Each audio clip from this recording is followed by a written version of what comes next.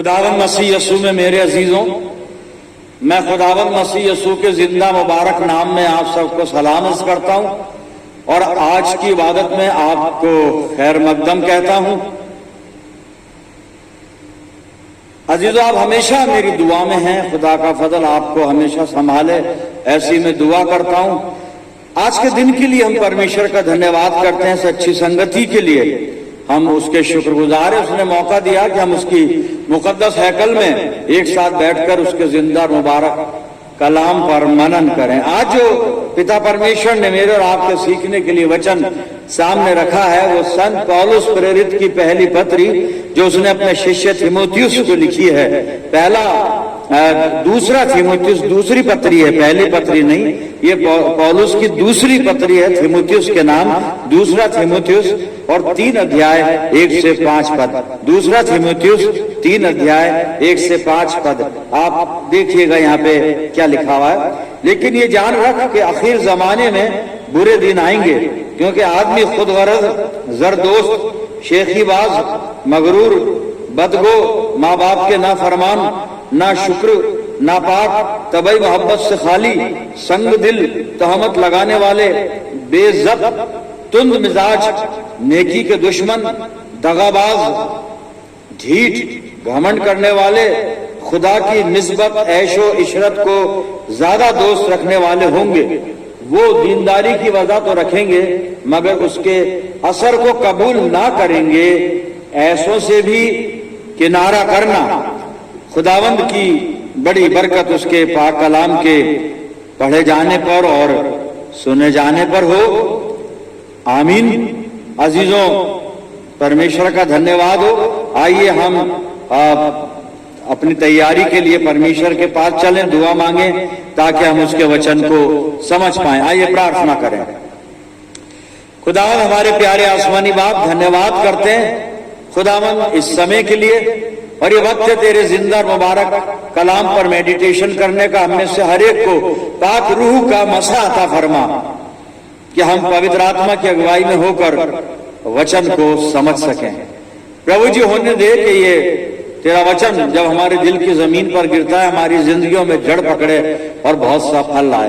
प्रभु, जब हम तेरी वेदी से उठकर अपने घरों को जाते हैं तो उससे बहुत सी आत्मिक आशीषें लेकर जाने वाले हो। हमारे चारों तरफ अपने पाक फरिश्तों की सेना का बाड़ा बांधना। प्रभु यीशु मसीह के मुबारक नाम में हमें प्रार्थना मांगते हैं, सुन और ग्रहण कर ले, आमीन। अजीजों, एक बार फिर परमेश्वर का धन्यवाद करते हैं। और मैंने आपके सामने जो पढ़ा था थिमोथियुस को लिखी गई दूसरी पत्री जो पौलुस ने लिखी है, पौलुस की दूसरी पत्री थिमोथियुस के नाम 3 अध्याय और 1 से 5 पद। और मैं चाहता हूं कि आपकी सुविधा के लिए इसको हिंदी में भी पढ़ दूं। आप देखें, आप दूसरा थिमोथियुस 3 1 से 5 पद में लिखा है, पर ये स्मरण रख कि अंतिम दिनों में कठिन समय आएंगे, क्योंकि मनुष्य स्वार्थी, लोभी, डींगमार, अभिमानी, निंदक, माता पिता की आज्ञा टालने वाले, कृतज्ञ, अपवित्र, दया रहित, क्षमा रहित, दोष लगाने वाले, असंयमी, कठोर, भले के बैरी, विश्वासघाती, ढीठ, घमंडी और परमेश्वर के नहीं वरन सुख विलास ही के चाहने वाले होंगे। वे भक्ति का भेष तो धरेंगे पर उसकी शक्ति को न मानेंगे। ऐसों से परे रहना, ऐसों से अलग रहना। ये मेरे अजीजों आज का वचन है जो हमें कुछ सिखाएगा, और ये एक्सपोजिटरी सरमन है आज का। हम सारी पदों को यानी 5 पदों को लेकर बातचीत करेंगे। पौलुस थिमोथियुस को कलीसिया में सेवकाई करने की कुछ टिप्स दे रहा है और वो उसको तैयार कर रहा है इस खिदमत के लिए जो प्रभु की सेवा उसको करनी है मंडली में रह के, और उसको एनकरेज कर रहा है, बता रहा है कैसा समय होगा और किस परिस्थिति में तुझको सेवा करनी है, कैसे लोगों के बीच में सेवा करनी है। और फिर पौलुस ने यहां पर बताया कि अंतिम समय में बुरे दिन आएंगे, कठिन दिन आएंगे, कठिन दिन आएंगे। और वो दिन कठिन इसलिए होंगे कि इंसान ऐसा हो जाएगा, जो आगे उसने 19 बातों को लिस्ट किया है, 19 बातें वहां पर लिखी हैं कि ये इंसान इस तरह का हो जाएगा, ऐसे ऐसे ये लोग हो जाएंगे, स्वार्थी हो जाएंगे, है ना, लोभी हो जाएंगे, घमंड करने वाले हो जाएंगे, शेखी मारने वाले हो जाएंगे, बुराई करने वाले, माँ बाप के नाफरमान हो जाएंगे, आज्ञा नहीं मानने वाले हो जाएंगे, ना शुक्र हो जाएंगे, धन्यवाद नहीं करेंगे, अपवित्र हो जाएंगे। और जो तबाही मोहब्बत है, जो नेचुरल लव है, वो भी लोगों में नहीं पाया जाएगा। और पत्थर दिल हो जाएंगे और एक दूसरे पे इल्जाम लगाएंगे, धैर्य नहीं रखेंगे, वगैरह वगैरह 19 बातें। 19वीं बात वो है कि वो भक्ति का भेष तो धरेंगे, परंतु उसके प्रभाव को स्वीकार नहीं करेंगे, उसके प्रभाव को वो ग्रहण नहीं करेंगे। और लिखा है कि ऐसे लोगों से परे रहना। तो 19 बातें हैं ये प्रियजनों। अब 19 बातों में 18 बातें तो वो हैं जो ह्यूमन नेचर से ताल्लुक रखती हैं। ये ह्यूमन नेचर के अंदर पाई जाती है। स्वार्थ है, गुस्सा है, नाफरमानी है यानी आज्ञा नहीं मानना, डिसओबे जिसको कहेंगे, घमंड करना, शेखी मारना, झूठा गर्व करना अपने आप पे, बुराई करना, लालच करना और हृदय का कठोर हो जाना, पत्थर दिल जिसको कहा है, संग दिल भी कहा है उसको। ये सारी चीजें ये ह्यूमन नेचर में है। अब इस ह्यूमन नेचर की बातों को हम देख भी सकते हैं, परख भी सकते हैं, एक्सपीरियंस भी कर सकते हैं और हम इन चीजों से बच सकते हैं। लेकिन जो 19वीं जो बात बताई है, 19वीं बुराई जो उसने बताई है, 5वें पद में लिखा है कि वो दीनदारी की वजह तो रखेंगे मगर उसके असर को कबूल ना करेंगे। भक्ति का भेष तो धरेंगे वो, परंतु उसके प्रभाव को ग्रहण नहीं करेंगे। बस भेष होगा उनका, ऐसा लगेगा कि बड़े भक्त लोग हैं, भक्ति का भेष धरेंगे, ऐसा लगेगा बहुत अच्छे लोग हैं, बड़े पवित्र लोग हैं, बड़े धार्मिक लोग हैं, परमेश्वर के मानने वाले लोग हैं, परमेश्वर की आज्ञाओं पर चलने वाले लोग हैं, ऐसा लगेगा आपको। लेकिन उनके जीवन में ये बातें नहीं होंगी। और उसने कंक्लूड किया 5वें पद में कि ऐसे लोगों से परे रहना। अजीजों, आप कैसे बचेंगे ऐसे लोगों से? चारों तरफ ऐसे ही लोग मिलेंगे आपको। जो 18 बातें 4थे पद तक में लिखी ना, 1 से 4 पद में, ये जो है ना, ये 18 बातें। और फिर 19वीं जो बुराई है वो 5वें पद में है कि भक्ति का भेष तो धरेंगे पर उसके प्रभाव को वो स्वीकार नहीं करेंगे, ग्रहण नहीं करेंगे। अच्छा, ये जो 19वीं जो कमी बताई है ना, यह बुराई बताई है कठिन दिनों की, है ना, बुरा समय आएगा, कठिन दिन आएंगे कि वो भक्ति का भेष धरेंगे लेकिन उनके जीवन में वो भक्ति होगी नहीं, ऐसा लगेगा। अगर आपको याद हो, मैंने पिछली बार एक उदाहरण दिया था बाइबल में से, प्रेरितों का कार्य 5 अध्याय। मैं आपका ध्यान दिलाना चाह रहा हूं उस सरमन की तरफ पिछली बार। और मैंने हननिया और सफीरा का उदाहरण दिया था, पति पत्नी। बड़ी संक्षिप्त में बताऊंगा। जमीन बेची, प्रेरितों को पैसे दे दिए, चर्च में पैसे दे दिए, लेकिन दोनों को फिर 3 घंटे के अंतराल में मृत्यु ने निगल लिया, मर गए। बड़ा अच्छा काम किया था, ये मैंने बताया था आपको, ये रिपीटेशन है। धार्मिक काम किया था, चर्च में इतना बड़ा दान दिया था, और दान भी इतना बड़ा कि अपनी संपत्ति बेच दी और प्रेरितों के पास लाकर वो पैसे रख दिए। और पतरस ने पहले हननिया से पूछा, क्या तूने भूमि इतने में बेची? झूठ बोल गया, हाँ इतने में बेची, सारे पैसे लिए आया हूं। 3 घंटे के बाद उसकी पत्नी सफीरा आई, पतरस ने उससे भी पूछा कि तुमने भूमि इतने में बेची? उसने कहा हाँ इतने में बेची। और तब पतरस ने कहा, तुम दोनों ने पवित्र आत्मा से झूठ बोला है, भक्ति का भेष तो धरे हुए थे वो। मैंने समझाया था, बहुत अच्छी तरह समझाया था, आपको याद हो गया होगा, आ गया होगा, और आप समझ भी गए होंगे कि अभी किसको कहते हैं कि भक्ति का भेष तो धरना लेकिन उसके प्रभाव को कबूल नहीं करना, ग्रहण नहीं करना। हम धार्मिक बन के जीते हैं, बड़े बड़े हदिये देते हैं, बड़े बड़े डोनेशन देते हैं, लेकिन दिल के अंदर फरेब होता है, झूठ होता है, धोखा होता है, फ्रॉड होता है। ये खुदा पसंद नहीं करता मेरे जीवन।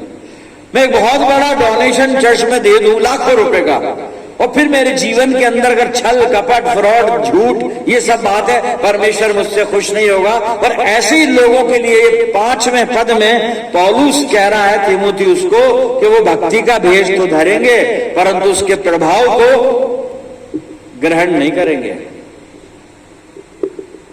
और ऐसों से परे रहना। अब आप समझ गए होंगे कि ये कौन लोग हैं जो भक्ति का भेष धरते हैं, हमें भक्त लगते हैं साहब, लेकिन उनके जीवन में भक्ति हो, प्रैक्टिकल लाइफ में वो खराब ही होते हैं, बुरे होते हैं वो।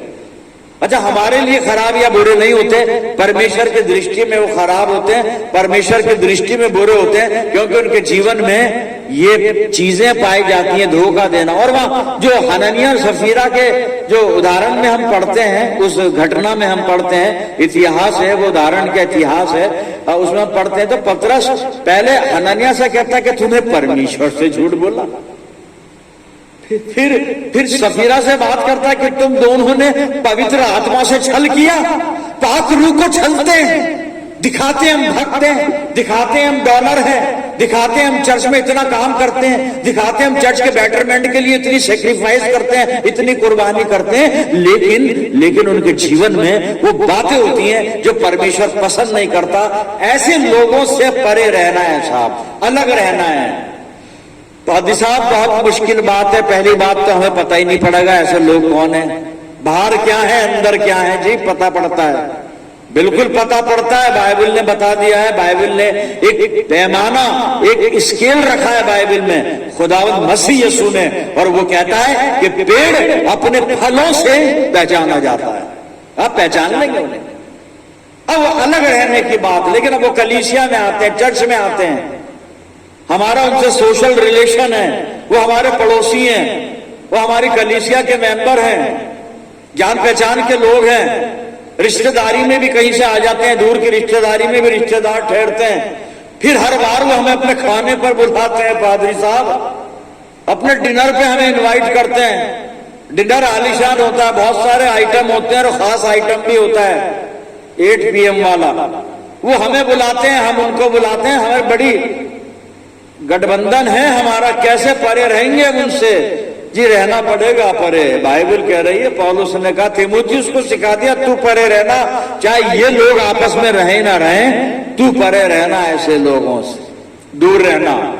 हम भी रह सकते हैं अजीजों, सिर्फ आपको तीन काम करने हैं, 3 तरह के एक्सपेरिमेंट करने हैं आपको। आप इस बुराई से बच जाएंगे, आप ऐसे लोगों से बच जाएंगे, आप ऐसे लोगों के प्रभाव से बच जाएंगे। ऐसा नहीं हो कि कहीं इनका बैक्टीरिया या इनका वायरस आपके अंदर आ जाए और आप भी भक्ति का भेष तो धारण कर लें, पर उसके प्रभाव को स्वीकार ना करें, बात बिगड़ जाएगी, हम भी खतरे में पड़ जाएंगे। अंजाम हमने देखा था हननिया और सफीरा का, क्या हुआ था। ऐसा अंजाम होता है साहब जब खुदा के साथ छल करते हैं, जब पवित्र आत्मा के साथ छल करते हैं, ऐसा ही होता है, ऐसा ही होता है। जी मैं बता रहा था आपको कि 3 या 4 चीजें हैं जो हम कर सकते हैं, बल्कि 4 बातें हैं जो वी हैव टू फॉलो। और अगर ये बातें हमारे जीवन में हैं तो हम सुरक्षित हैं साहब। आखिरी समय में जो ये कठिन दिन चल रहे हैं ना, बुरे दिन चल रहे हैं, और बुरे दिन की जो बुराइयां हैं मनुष्य, 19 तरह की बुराइयां यहाँ पे पौलुस ने लिखी हैं। 19 ये बुराइयों से हम बच जाएंगे, बुरे लोगों से हम बच जाएंगे। जी अब करना क्या है? सबसे पहली चीज, सबसे पहली बात, पहली चीज फेलोशिप। फेलोशिप किसके साथ? With God. Fellowship with God. एक मैं उदाहरण पढ़ने जा रहा हूं, एक रेफरेंस पढ़ने जा रहा हूं मैं। भजन संहिता 27 4 और 5 पद सुनिए। दाऊद क्या कहता है? एक वर मैंने यहोवा से मांगा है, उसी के यत्न में लगा रहूंगा कि मैं जीवन भर यहोवा के भवन में रहने पाऊं। Fellowship with God.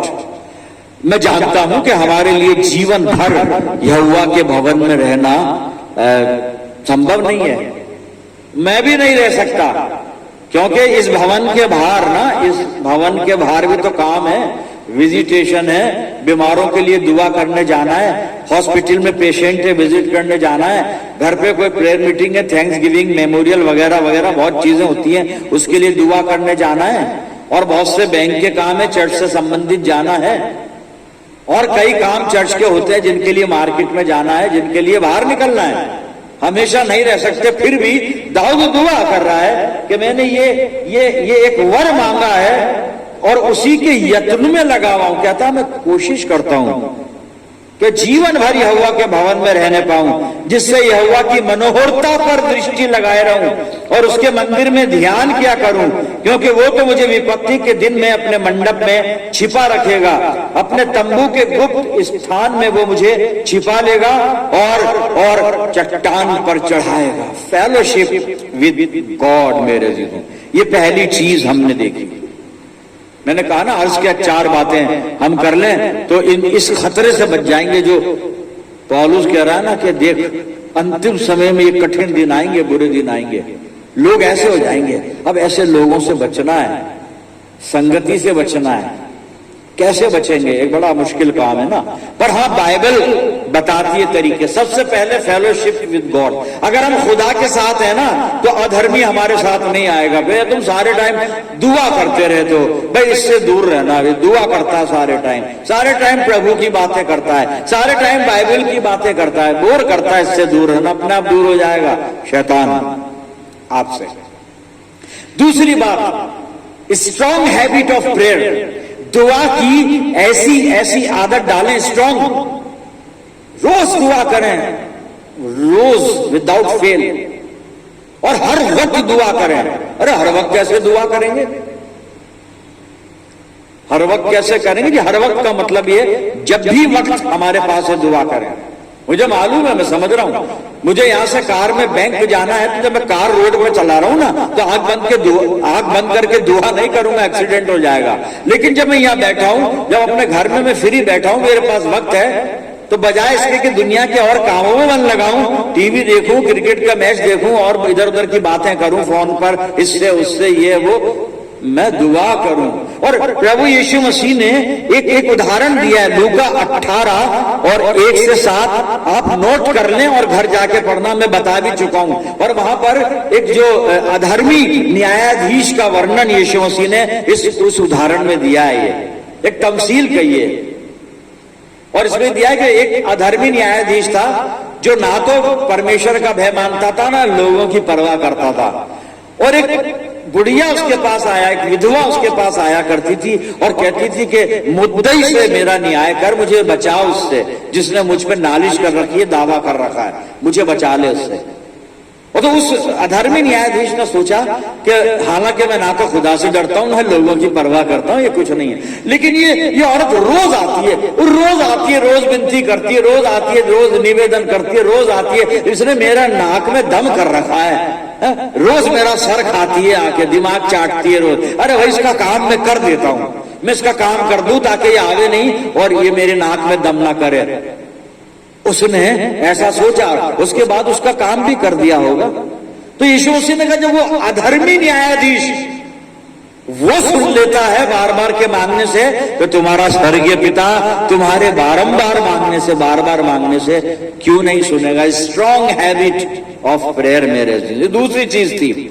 तीसरी चीज बड़ी रिस्की चीज है लेकिन हमें करनी पड़ेगी, और तीसरी चीज है disregard for the cares of this life.